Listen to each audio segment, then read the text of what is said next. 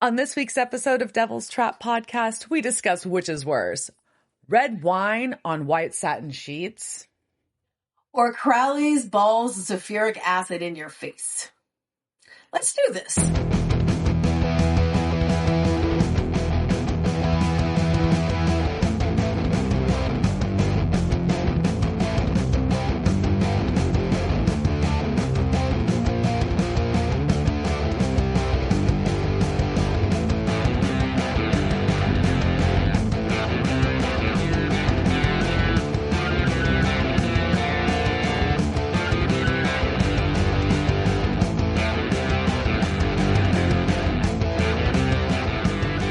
Welcome to this week's episode of Devil's Trap Podcast. I'm Diana. And I'm Liz. And this week we're going to talk season 12, episode 2, Mamma Mia. Here we go again. My. I don't like ABBA. It has its place. They have their moments. There's times when ABBA is appropriate. Some college friends who really enjoyed them. I'm sure. You know what? I don't like to put down what other people like, and that's fine, but I don't have to like it also. That's where I stand. So what have you been up to? I have been a busy little bee, I feel like. No, I'm in full holiday prep in my world, in a good way. I'm very happy about where I'm at on all of that, and getting to the house is all Christmassy, and getting to, I feel like I've done a lot of activities. I don't know. Yeah, that's what I got. That's what I got today. How about you, Liz? I would say that I've been watching other people get my house ready for Christmas, and I have hauled some things over from another house and let them, I've opened boxes, so I feel like I've paid for things. So I feel like, I've contributed to Christmas. It counts. Yeah. I went and saw bands. That happens, sometimes. I went and saw Bouncing Souls in Austin. That was fun. And I'm going to cough now. They had a really good opening band that had a terrible name because I can't remember what it is. I do remember commenting at the time, all of us going, "That's a terrible name. I will not remember what it is." No. You're not. And then the other hardcore band from our past, H2O, opened, and I had a good time guessing which over-muscled guy was in H2O. And I think I picked out all of them correctly. Most of them was just like, that man has no neck. He's in H2O. And I did that swell.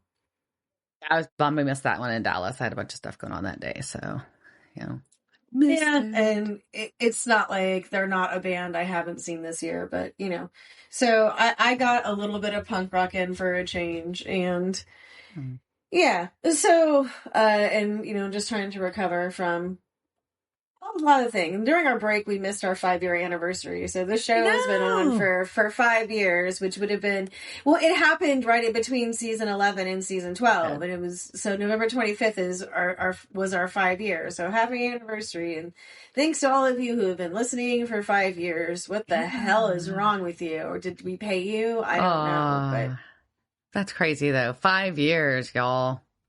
5 freaking years. Thanks. Thanks, Liz, for talking me into it. Yeah. Oh, good times. I'm almost finished with the first more lore book. And so that's about to have stuff happen with it. I don't know what's going to happen with it, but you'll be able to buy it somewhere. Once I figure out what the hell I'm doing with it. So probably be able to buy it in person, online, digitally. We'll see. Yeah, so look forward to that, and we are into the weirdness that is season 12. Season 12, and Mamma Mia, which we both already made the ABBA jokes. Yep. So that is what that is based on, of course, because of Mary. And this first aired October 20th, 2016, and was directed by Thomas J. Wright, who last time we saw him was episode I can't redo, my numbers are backwards. Okay, so he did episode 4, Baby. He did episode 21, All in the Family. And he did episode 10, The Devil in the Details. So put that in order in your mind. And then it was written by the duo Buckner and Ross Lemming. And they did a whole bunch of things last season, including episode 21's All in the Family. So this is pretty much, traditional showrunner people type. They're not the showrunner. What's his name who wrote last week's is a new showrunner, but anyways, you tried and true supernatural people. But even they here was some, here's what they do with this episode. So let's talk about this.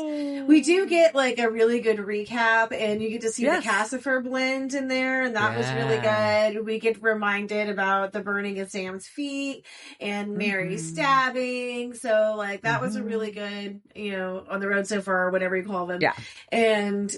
But then we go from there into a bedroom. Yeah. We are in a bedroom in the farmhouse, and we are having Sam and Tony sexy time. What the fuck? What the fuck is happening here? And she's like asking him interview questions during sexy time. Really, what the fuck? Oh no. And they're having wine in bed on white sheets. Extra, oh no. Yeah, that's a terrible idea. The wine in bed is one thing that's bad. I mean, it's in my notes.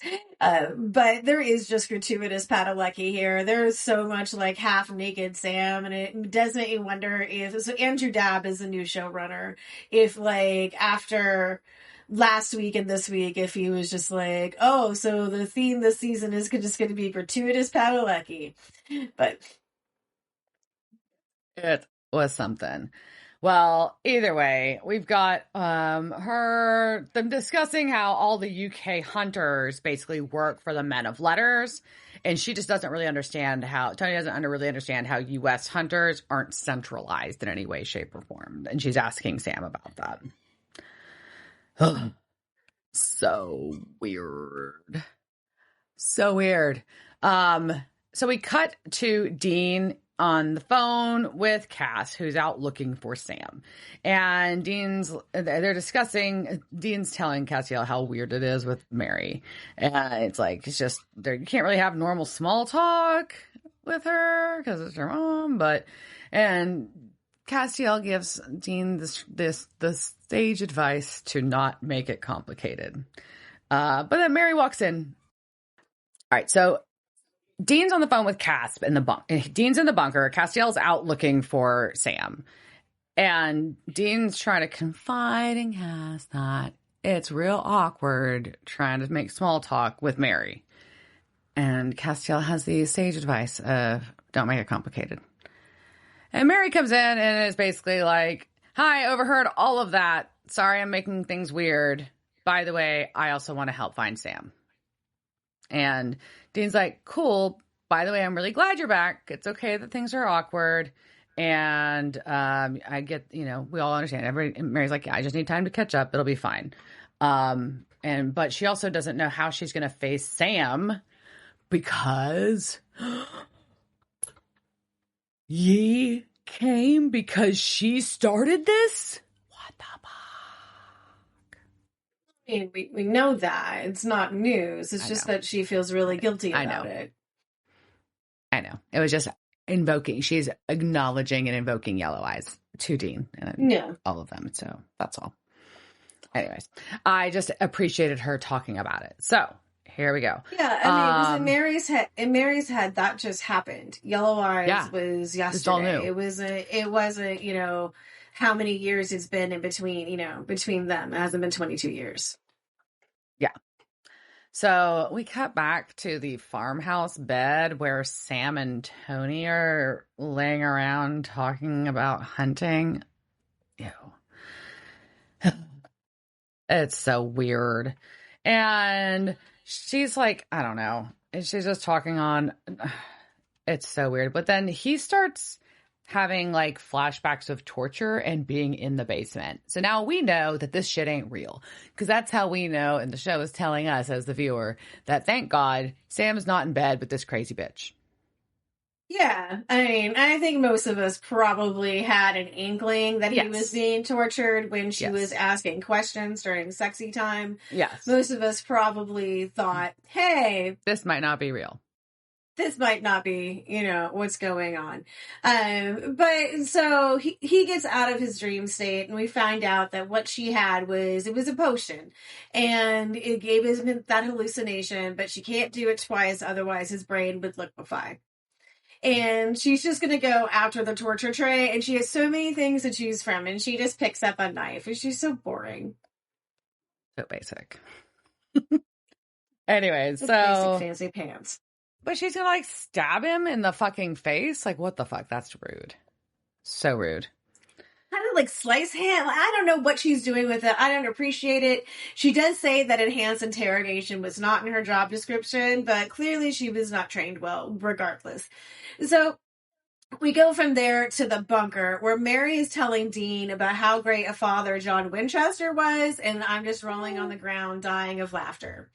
And Dean's face is showing that maybe he kind of is not sold on this either. So, and she's like, she had a dream about John. Oh.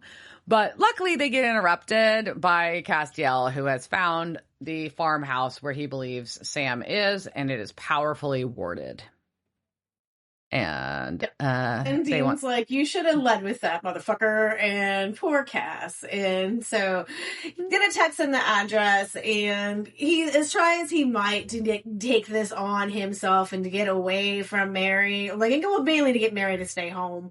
And she's just like, nope. Yeah. She's like, no, I'm coming. Remember, I was 102, motherfucker. So yeah. Anyways, we've got what's happening in the farmhouse, though, is Fancypants and Sam. She's like, I want the names and locations of all of the hunters. And she's changed out of her fancy pants, and she's in like a skirt suit now. And who wears that for torture? It does not seem like an appropriate torture outfit. I'm not sure what's going on in your organization, but I do not find these clothes anywhere appropriate. It's not the right thing to wear. No. It's not. She's like, she also wants all of their men of letters information because they're sitting on this treasure trove, which is fair. But she also wants to know about his relationship with the demon Ruby. Ooh. Yeah, and Sam's what the fuck face just kind of echoes all of us. We're like, what the fuck? Ruby? What? Like, that's old news, bitch. Like, where are you getting your info? How about... okay, fine. I guess we can talk about Ruby. But then she gets the call, and we learn that she has gone rogue. So Tony gets a call, and we learn that she has gone rogue, and somebody has come to fetch her. And also, by the way, your bitch is dead. Thanks to Dean Winchester? Dean Winchester and his friends. Mm-hmm. Yep. No more Ms. Watt. So, and Tony did not know this, so she is shocked by all of this. We cut to a very fancy lunch date with our friend Rowena, because she is having a lovely lunch where she is telling her date, Ben, that she is the star of the Royal Ballet, as he talks about how he came up from the steel mills and now owns several. They get their wine poured by Crowley. So Crowley and Rowena are going to go chat in the stairwell, where he's like, look, you're grifting this rich dude, but honestly, I need your help with Lucifer. So come on, you got to do me a favor, or I'm going to blow up your scene here. Yeah, so I'm going to tell him you're a 300-year-old witch. So unless you help me with Lucifer. Which, can put a damper on a relationship. So we go from there to a concert, and we see, and I'm trying to think of nice things to say here. We see a rock star who is just of an age. We call this a legacy act. That's what we call that. Okay. Vince Vincente is on his world tour, rocking and rolling on the club circuit now. This time they are playing Cleveland. I've heard it rocks. Cleveland. So they're going. So Vince walks backstage and goes to the green room where he pours himself a shot, and his bandmate is like trying to talk, and groupie are trying to talk him into going out of the town and see what this town's all about. You man? What band does that at that age? No band is still going out with groupies at that age. I'm sorry, you're all in bed. True. But Vince just wants to pour a shot and stare at the picture of his dead girlfriend. Yeah. Sad and fine. So either way, and it is a sad scene, and so his bandmate leaves him alone. The lights are flickering, the picture falls over, and then we go away from that scene. So we know something's gonna happen here, but we don't know what yet. So Dean and Mary are driving to the farmhouse. And Dean is going to share some info with Mary about John. That her death changed Dad, and that it took him over, and as well as Dean, but it didn't happen to Sam that way. Sam actually wanted out of hunting, went to Stanford briefly. And she's like, but he got out and he came back? And Dean's like, yeah, Dad disappeared, and we realized that all we had was each other. So yeah, he came back to hunting. So Mary knows a little more of what went down now. Not the full, but a little more. So interesting. So we go back to Vince, and I was pretty certain this was his fancy condo, but I think it's a hotel. It's a hotel. Yeah. And he's traveling around with photos of his dead wife or girlfriend, and that's fucking weird because it's been years, and that's a lot of photos to take to a hotel. One of anybody, whether they're alive or dead. Who takes photos with them when they travel? Like multiple, like a handful, in frames. A lot. Does he make his poor assistant travel around with his photographs, and then they have to set them up in every goddamn hotel room? It's in his writer. Somebody has to print these out and frame them. No, he travels with those. They're the same ones. It's fine. Anyways, so yeah. And he's washing his face, and then everybody's like, worst horror movie nightmare comes true, where the water turns to blood, and then he's washing his face in blood. It's awful. It's terrifying. I don't like it. Isn't that an upsetting one? I don't know. I mean, that's the thing that happens in movies. No, I don't like it. I mean, I think I'm upset because I have a trauma about water not working. So I'm just what the fuck is wrong with my well? That's my thought. Not that it's blood, just oh my God, how much is it going to cost me, and how long am I going to have to not be able to flush my toilet? That's my thought when I see blood coming out of my sink. So beyond that, the light. So we get the blood, we get lights flickering, we need a woman calling his name, and then he's like, "I'm just gonna call the concierge, see if they can help." But the front desk is not assisting. And then we have the appearance of Jen, and she is apologizing for being selfish and swallowing pills, and he's apologizing for how he treated her and asks if she's a ghost. She's like, no, I'm an angel, but I'm also very powerful, but I can bring you peace if you invite me in. Gross. And her eyes turn red, and then they kiss. And then Lucifer goes inside him. It's, yeah. Ugh. Ugh. So we cut to Rowena and Crowley, and they are in a lair. That's what I'm calling it. And she is doing a spell to find Lucifer. And Crowley's getting impatient, and she reminds him that this is witchcraft, not Google Maps, which I appreciated. But Yeah, not the Google Maps works for shit. And she also points out that she doesn't have any like hair, anything that we normally do for a locator spell. And Crowley's like, have you suggested looking for the aura of pure evil? And which I think is an appropriate thing to remind your mother of. But we learned that Rowena has some plans. And she is going to she's going red. She's going to retire to Boca Raton with Ben. And she just knows that he's stable and she's going to outlive him. Yeah. And Crowley's like, that's fine, but also after we find Lucifer, you're not done. You're going to help me put him back in the cage, too. And if you don't, I will come after Ben, too. And she's pissed. But it is what it is.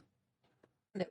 So. And they also remind us that Lucifer can't get back in the cage while he's in a vessel, which was something from, I think, last season. But so it's something that we like have to remember for the planning of taking care of Lucifer. So we get that, and then we go back to Torture Farm. Yeah. And Sam is very bloody and unconscious when Dean and Mary pull up to the torture farm. And Castiel's there, and there's very much a lot of cloaked warding, I guess. So Dean's like, I'm gonna go investigate. Mary, you stay here and keep Cass company or whatever. Okay. This is a bad plan, but sure. In the meantime, Vince's bandmate shows up at his hotel and is like, hey, time for rehearsal. And Vince is like, what the fuck are you talking about? I'm not rehearsing shit. And his bandmate's like, what are you talking about? We're buds. It's time for rehearsal. We're friends. And touches his arm. And Vince's eyes go red. And he throws his bandmate through his door and down the hallway. Also, it's noon and he's drinking hard liquor. So either of these things, like, probably are not going. Saying your rehearsal is kind of fucked now.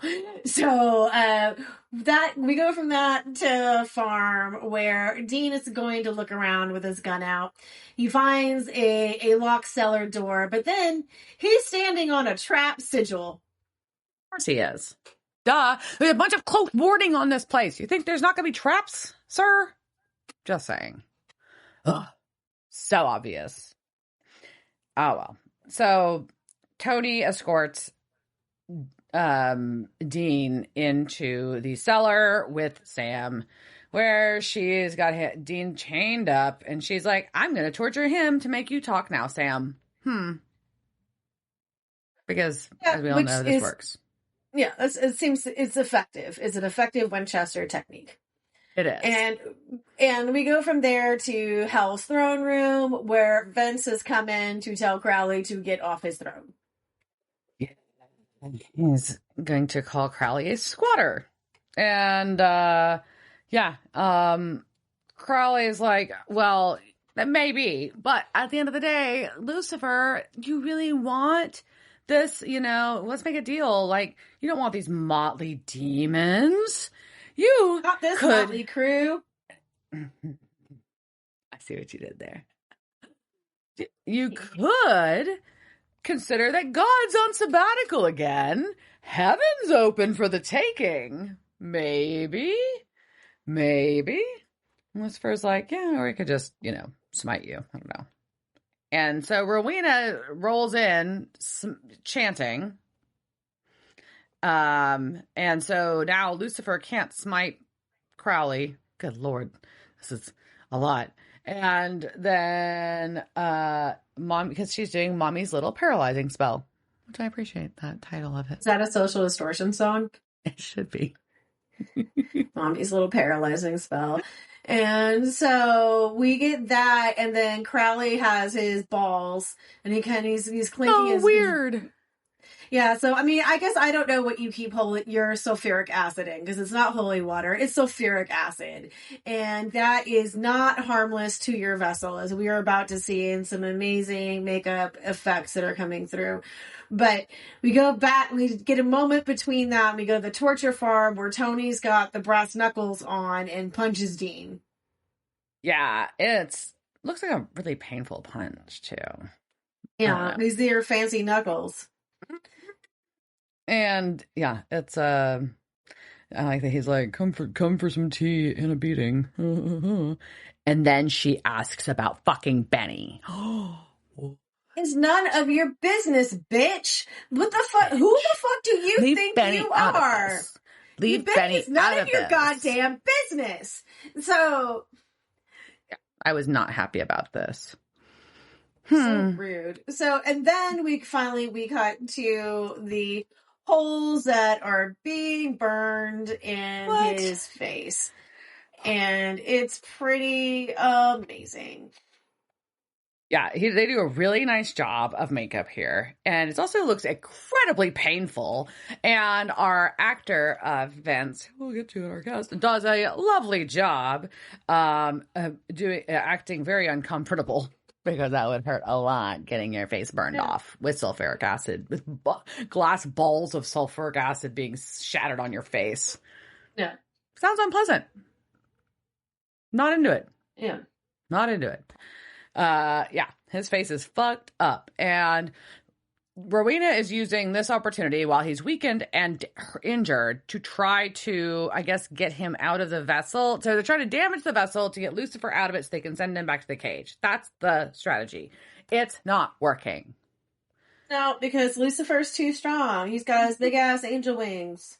He does. He flexes those fucking wings and heals his own face. And then Crowley poofs the fuck out and leaves Rowena there. You asshole. But look how good our bangs are. And she always looks good. It's fine. So, back in the cellar, Sam tells Dean that he thought Dean was dead. And then Dean asks who's Angry Spice, which I was very amused by. But Sam, this is where Sam shares, this is the British men of letters. And Dean is confused, as we all have been, that they should all be on the same team then.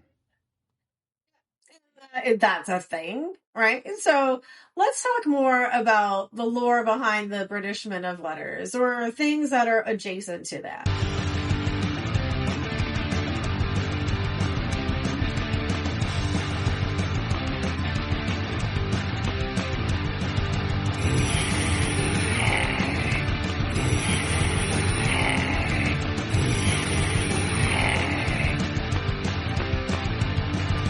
So we're going to part 2 of lore. If you haven't listened to go listen to last week's episode, but you can catch up here. We're going to talk about Anna Kingsford, affectionately known as fucking Anna, our favorite Victorian vegetarian. And that is also a title of my next sex tape, Victorian vegetarian. So we are now in the 1880s. Anna has graduated from medical school, go girl, but primarily conducts lecture tours on vegetarianism and vivisection, perhaps because it was difficult to practice medicine without a license at that time, as it is now. Anna's illuminations about esoteric philosophy have continued. Let me give you a line or two. The man who seeks to be a hierophant must not dwell in cities. He may begin his initiation in a city, but he cannot complete it there, for he must not breathe the dead and burnt air.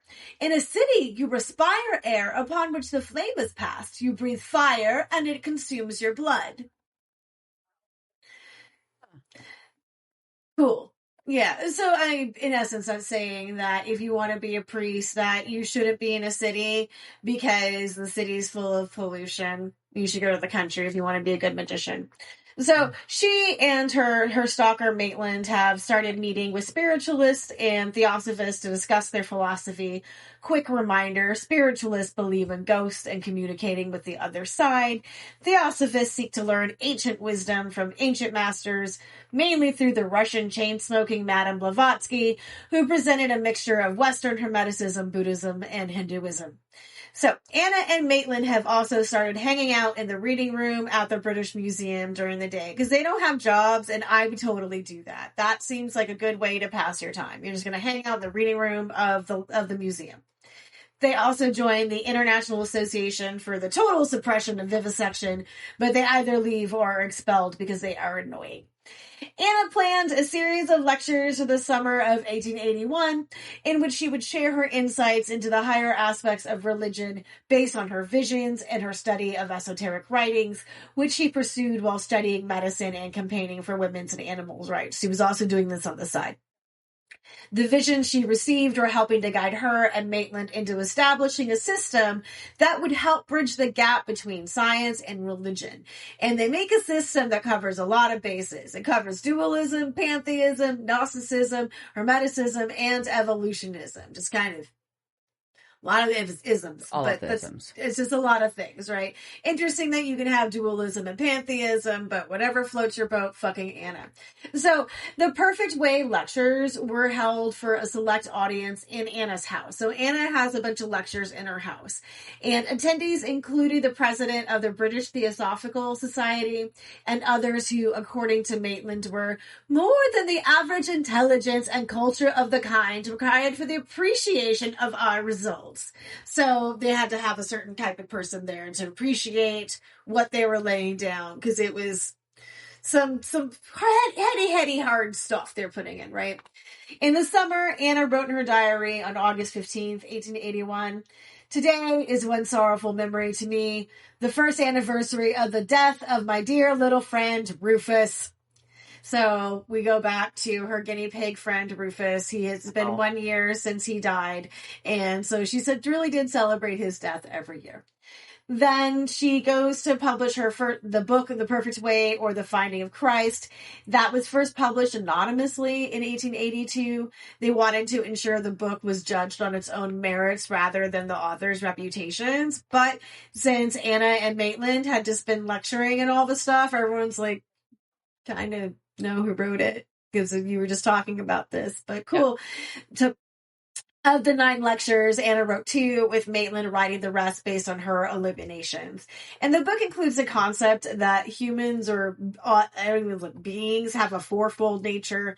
We've got the material body, the fluidic parasoul or the astral body, the soul or individual, and the spirit or divine father. So there's kind of like multiple aspects of a being.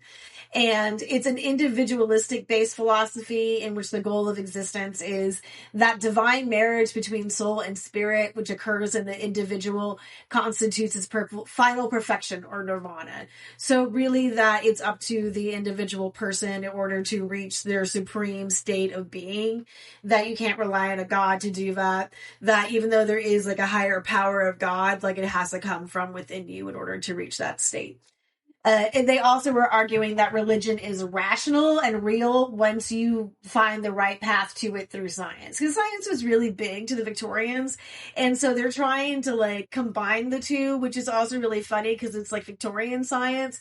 So not all the science is accurate. It's just like kind of trying to make religion work through bad science, which is, also fun. The book posited that every person has a genius or a daemon, which is a ministering spirit attached to them. Anna said hers looked like Dante, was always in red with a cactus, and he told her that was her emblem. And he knew her future, but he wouldn't tell her. He would just tell her that it was going to be hard, because all these daemons know like what's coming. They just can't tell us. So the book comes out. The reviews were silent at first, then mixed. She gets one kind of review that pisses her off from this Buddhist named Alfred Sennett. And the infamous Madame Blavatsky steps in between Anna and Sennett, and she calls the book remarkable. She also impressed Samuel Mathers, co-founder of the Order of the Golden Dawn and future friend of the pod. In 1883, the British Theosophical Society was in disarray, largely because Blavatsky was talking a lot of shit about spiritualists, and also because people were starting to ask for some proof of the divine masters. That she kept telling, all the divine masters, the Mahatmas were giving her all like the basis of this religion, all the things, but everyone's like, can we meet one? And she's like, but they're in Tibet. But here's our letter. But can we meet one soon? Like, well, they're busy. So some people were getting kind of antsy about that, and it may be in just an effort to diversify the group. One of the founders, Charles Massey, nominated Anna to be president along with Maitland, and they said they would do it as long as they didn't have to acknowledge anything about the religion being true, and that they retained absolute freedom of opinion, speech, and action. So basically, they said, we'll be president of your society, but we won't say we're going to believe what your society does.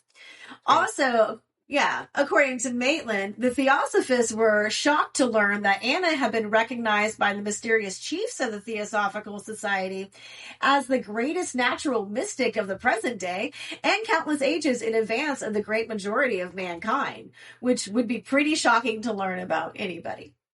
So they take office as president and co-vice president of the society while they're in Paris. They're not even in London.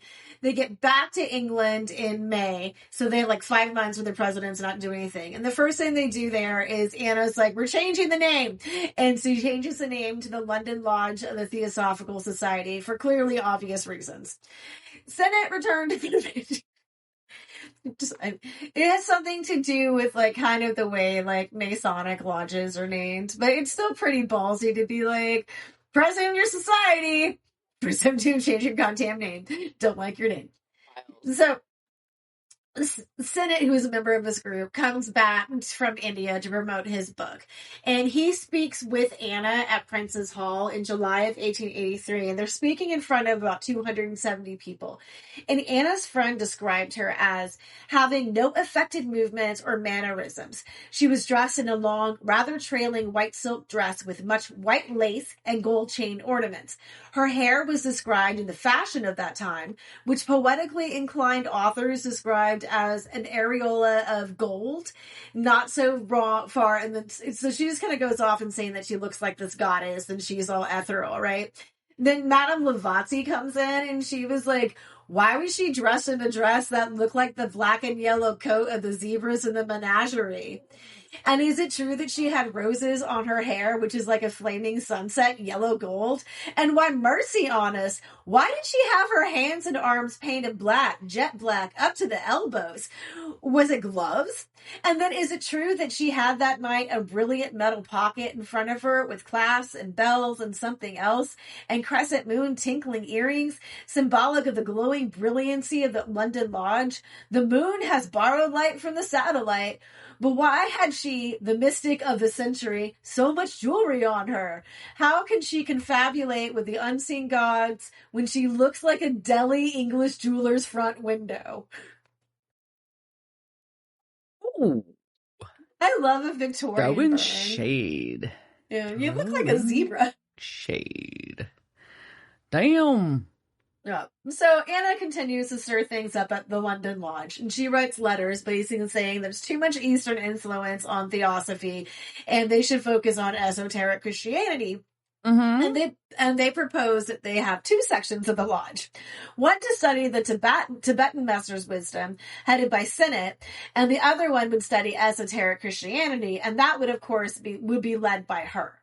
And everyone can freely move between the two. And we're like, sure, this sounds like a great idea. So when everyone's kind of mulling this over, Blavatsky all of a sudden shows up at the April 1884 London Lodge meeting. And there are multiple unreliable accounts of this, but the best that I can figure is that Blavatsky arrived unannounced and she tried to make an entrance and nobody noticed she was there. So then she had to like tell somebody like, and like leave the room and then like come back in. So then everyone could be like, oh my God, Blavatsky's here. Yeah. That's amazing. Yeah. Eek. So there may have just been additional tension between Blavatsky and Anna during this meeting. Blavatsky may have tried to cast a spell on them, or she may have just stared at them really, really hard. Still, in the end, Anna and Maitland secured a charter from one of the founders to form the Hermetic Lodge of the Theosophical Society, which inaugurated on April 9th, 1884, in the chambers of Charles Massey in London. Among those present were Lady Wilde and her son, Oscar, and William. Oscar Wilde was at the inauguration. Did you say Oscar Wilde? Yeah. That Oscar Wilde was wild. That's wild. So the lodge stated its platform was freedom of opinion, expression, and discussion, and partially conceded the comparative study of all esoteric teaching from an independent standpoint, conclusions on doctrinal matters based on reason rather than authority, and the special cultivation of personal development. So basically a place for people to get together and talk philosophy about the high, strange, and the weird. Unfortunately, their charter was revoked by the London Lodge after it was decided you could not have multiple memberships if you belonged to one of them. So the Hermetic Society was now free to operate independently of the Theosophical Society. So this is how we get the founding of the Hermetic Society on its own. They have a bunch of meetings that run through 1884 through 1886.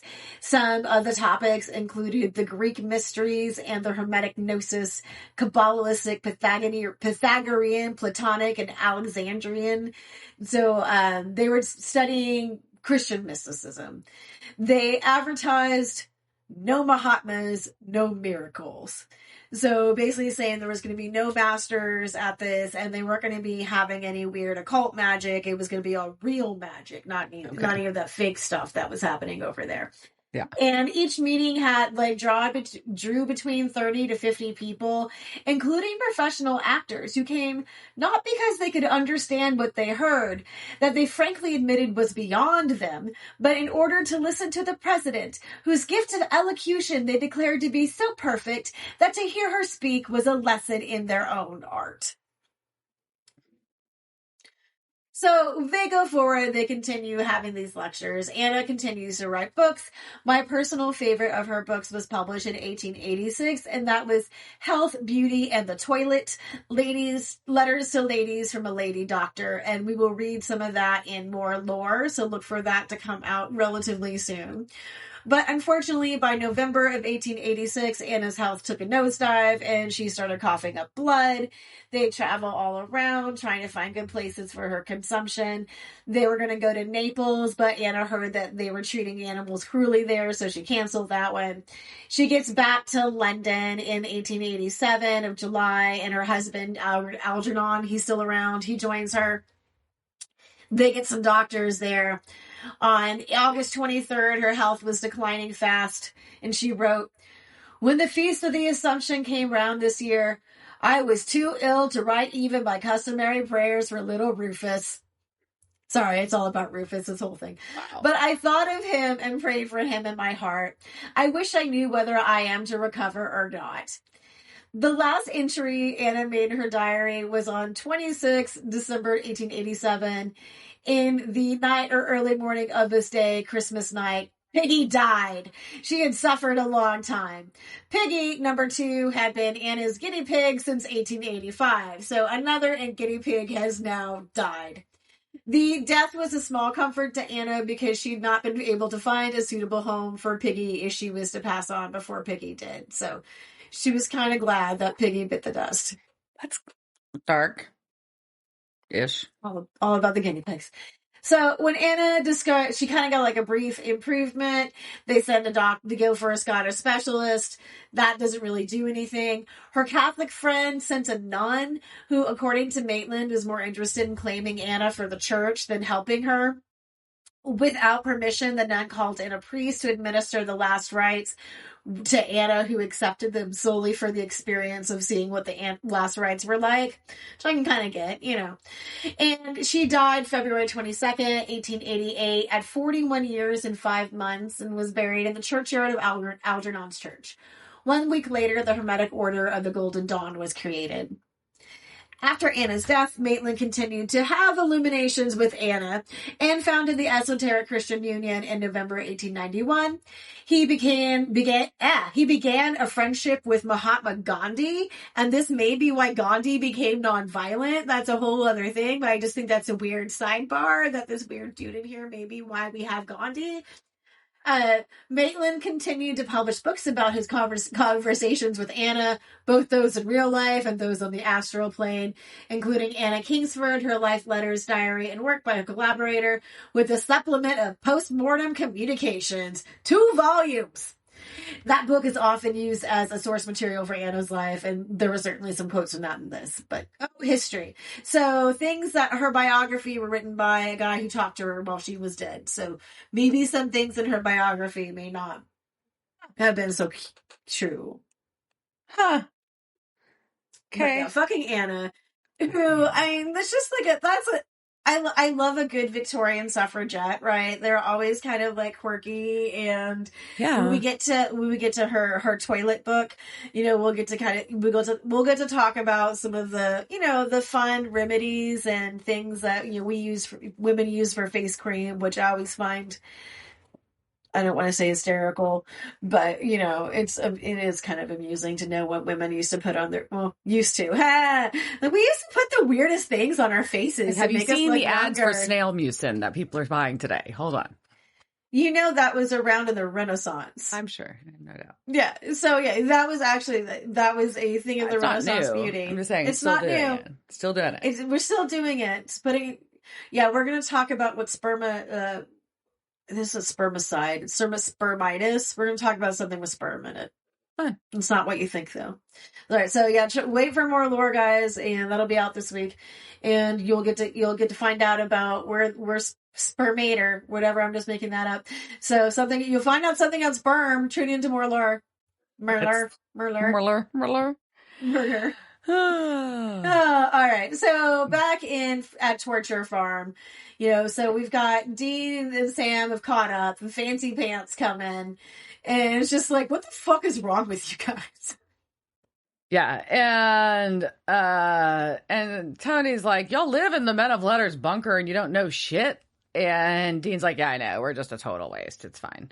And she's going to go on and monologue about her studies on parts of the body that are most susceptible to pain, and going to threaten to stab Dean under the eyelid with this pointy thing that looks kind of like a knitting needle. And it's very distressing. I don't like it at all. I don't like it. Yeah, but was there a PowerPoint for this class? Like, what was this lecture technique like? Was it straight up slides? Was it old fashioned slides? Was there a live model? What was this? What was the final exam like? I would just like to know about your schooling, Miss Fancypants. So, while this is all going on. This is going on. Mary has entered the cellar, and she's got a pistol pointed at Tony and says, "Get away from my boys." And Sam has not been updated yet that Mom is back. So this is very confusing and distressing to him, rightfully so.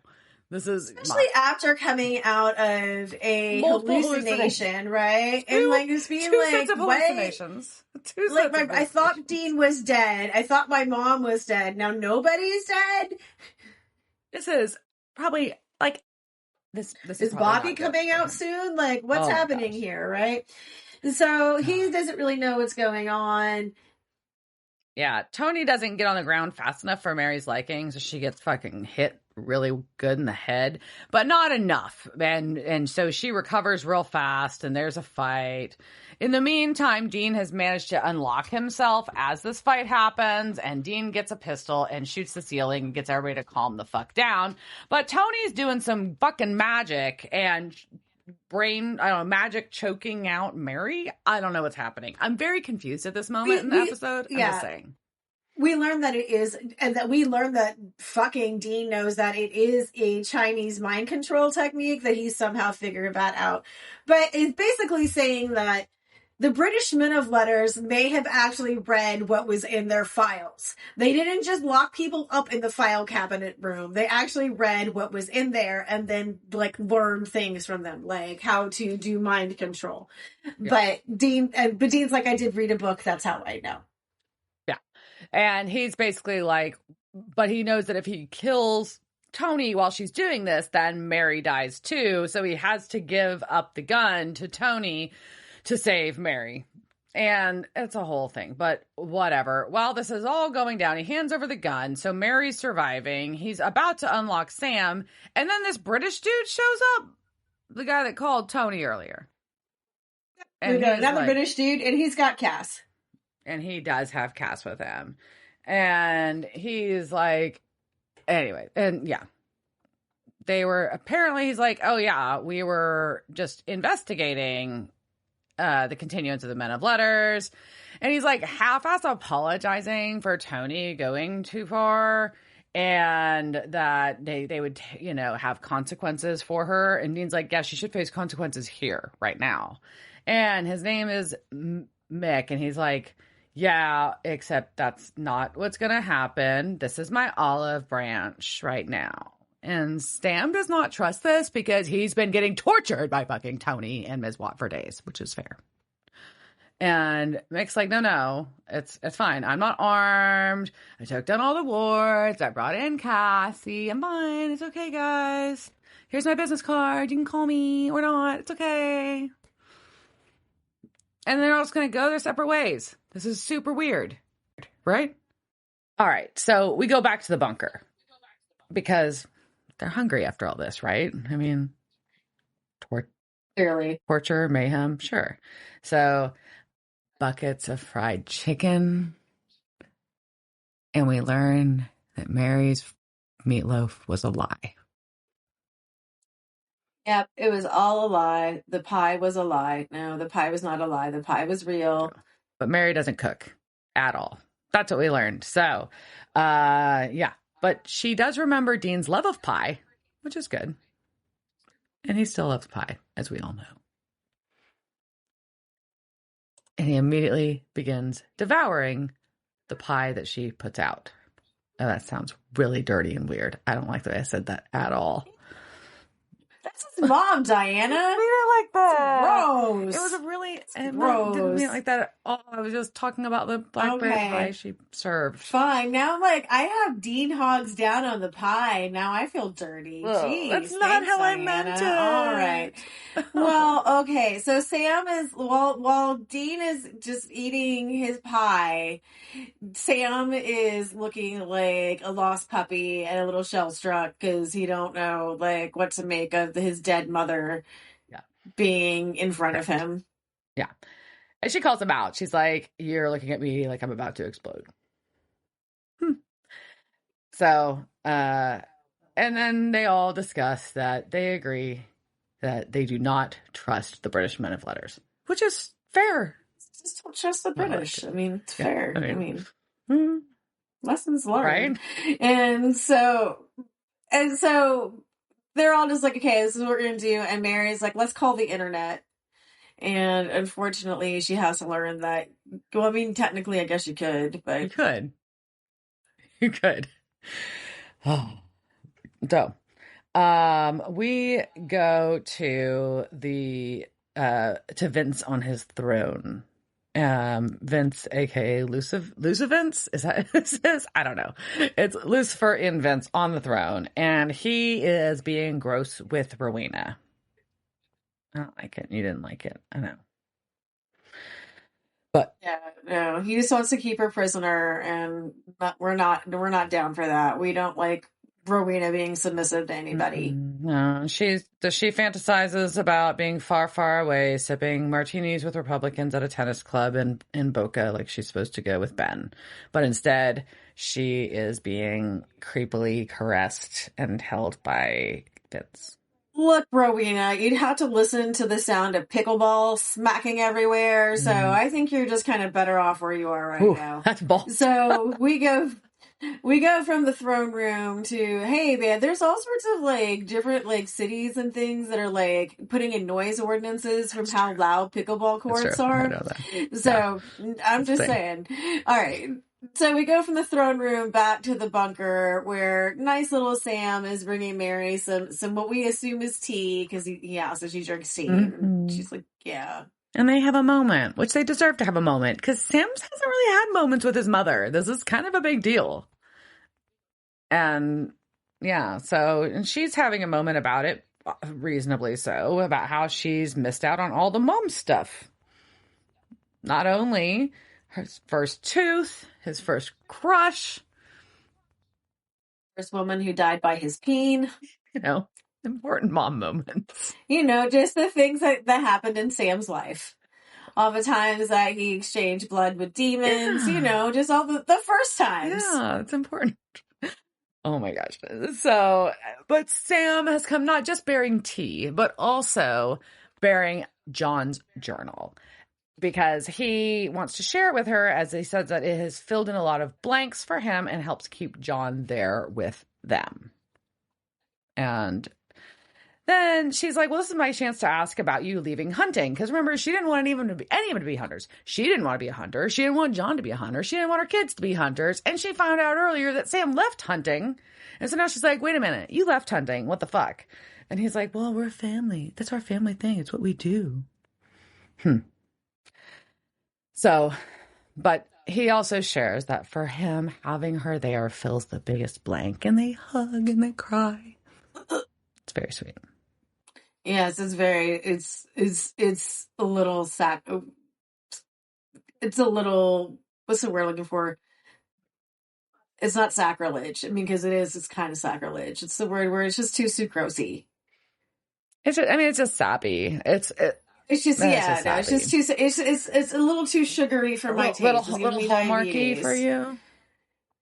Yeah, I don't know. But I mean, because I feel like there's more for them to talk about. I feel like they're all just very surface. I feel like they're all just like, they're just ignoring the fact that she's back from the dead. I mean, I would, for the next, like, if I came back from the dead for, like, a week straight, that's all we would talk about for, like, every second. So I'm back from the dead. What does that mean? What are the implications? What happened in between? What happened, like, so we're all okay? I'm back from the dead? Like, and they're just like, no, cool. Yeah, no questions. No questions. Like, no questions. Yeah, we're all just fine with this. All right, cool.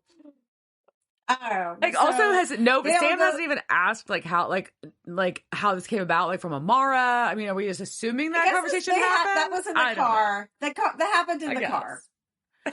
Yeah, so they were just like, we don't need to feel, everyone doesn't need to get to hear this. Again. Like, I came back from the thing. This is what happened. I was in the nightgown. You know, we only need to hear that, like, a couple of times. So. Lost Angel by Heart starts playing. Of course. And so we see Dean drinking a beer and looking at family photos. We've got Mary looking at the journal and looking at photos of John in the military. Yeah, and photos that don't exist because they're from a reality that Zachariah created, and somehow Dean has these pictures. So it's just weird that those pictures are in John's journal. And don't say, these things didn't. I don't know. Anyways, and Sam weird. Looks at the ceiling fan. I was like, this is a weird contrast. But well, there is like another Sam episode where he looks at the ceiling fan in like season 7 or season 5. I don't remember. There's another infamous Sam staring at a ceiling fan. So he likes ceiling fans. That shot. So yeah, I mean, at least they ended it with his shirt on. Well, we cut to Mick and Tony being driven to the airport. And he is explaining that her mission was to identify American hunters and gain their trust. And that honey, not vinegar, is sometimes the better path to do that. But she's like, well, I thought the end goal of it anyways was to end the supernatural threat. So what the fuck does it matter? Because really, the Winchesters are no better than the monsters that they fail to control. Yeah, so this is like a whole thing on their agenda, like, which we all, we kind of like figure that out along the way, just because, the hints they were dropping and stuff. But yeah, they are there to clean up America's mess, because America's full of monsters and they think that the hunters suck. Yeah, but why? Like, why do you care? If you've got your shit under control and on lock and you don't have to worry about it, like, why the fuck are you fucking with our shit? Anyways. Some people can't mind their own goddamn business. So, anyways, and we find out that there is Mr. Catch has been called. And we see that, so Mick has called him Mr. Catch, which I guess is the, I don't know, hitman for the hunters. And we see them packing a lot of guns in a suitcase in London because they clearly don't fly commercial. Yeah. I'm pretty sure like Heathrow would have a fit if you just like walk through with a bunch of guns. They seem like an airport that would be quite upset So I'm guessing he also has diplomatic immunity or whatever the hell the other one has. So that's how we end that. And before we get to final thoughts, I think there's some cast people we want to talk about. So Vincente, aka Lucifer, is played by the one and only Rick Springfield. Yes, a known actor, but also a rock and roller. So as an actor, he has been in episodes of The $6 Million Man, Wonder Woman, Incredible Hulk, Chips, Suddenly Susan, Californication multiple times, Hawaii Five-0, True Detective for a few episodes, American Horror Story, The Goldbergs. He's done voice work on Johnny Bravo and Family Guy. He was Mick in High Tide over 72 times and played Dr. Noah Drake / Eli on General Hospital for almost 200 episodes. So pretty well known for that. But, all right. Tommy, his bandmate, has been in several episodes of Supernatural, different roles. He's played by Woody Jeffries. He's been in episodes of The 4400, Smallville, Arrow, and Falling Skies. He was Watchstander in Double Jeopardy and Brian in the movie Valentine. Mick Davies is played by Adam Fergus. We will obviously see him again. He's been in episodes of Scandal and a newer a reproduction of Roots. He was James in Call of the Wild. Ben, that's Rowena's date, was played by Lachlan Monroe, who has quite the credits as well. I say that because I've been in stuff I like lately. So episodes of 21 Jump Street, Blossom, Jag, Charmed multiple times, CSI, all the versions, Monk, Dead Like Me, NCIS, Smallville, Mentalist, Hawaii Five-0, Arrow, Bones, Lucifer, Magicians, Good Doctor, Reacher, Fire Country. He played Greg in the Scary Movies series, Eddie in Dracula 2000, Agent Harper in White Chicks, and Hal Cooper in Riverdale over 50 times. Our Jen, that was Vince's girlfriend, was played by Emma Johnson. She's been in episodes of Magicians and School Spirits recently. Oh, cool. There you go. Yeah, so we're just starting in season 12. So what are your thoughts of this episode? That's interesting, setting up for the bad guys out the gate to be people that you think should be allies, right? So obviously you're set up to hate the British men of letters, clearly, but there should be friends, or at least kind of friends, if not close, like you know what I mean? Like at least kind of sort of buddies. I don't know. And I'm intrigued to see how we will handle monster stories this season then. How about that? Oh, just don't trust secret societies. Is that the lesson? And typically secret societies and cults, same thing kind of thing. It's kind of, yeah. There's a society that's been secret for a really long time, and they're doing underground things and like killing monsters and not. Yeah, I don't know. I wouldn't trust them, but that's just me. There you go. Fair enough. Yeah. So we'll be learning more about them and about I said the lore of the season. We're going to be talking a lot about kind of their real life counterparts and why you just shouldn't. Or maybe it's why the British are weird. I don't know, but. Anyhow, okay, I think that's the British are weird is a good note to end this on. Yeah. All right. Cheers, George. Devil's Trap Podcast is a Don't Be a Dick production. Meow. Devil's Trap Podcast is part of the Ship It Studios podcast network. Thanks for listening to this week's episode of Devil's Trap Podcast. You can follow us on Instagram at Devil's Trap Podcast, Twitter at Devil's Trap Pod, or you can email us at devilstrap@devilstrappodcast.com. Don't forget to subscribe, leave reviews, and share with all your friends. We're at all your favorite podcast outlets and at devilstrappodcast.com. I'm Babe. Thanks for tuning in, and we'll see you next time.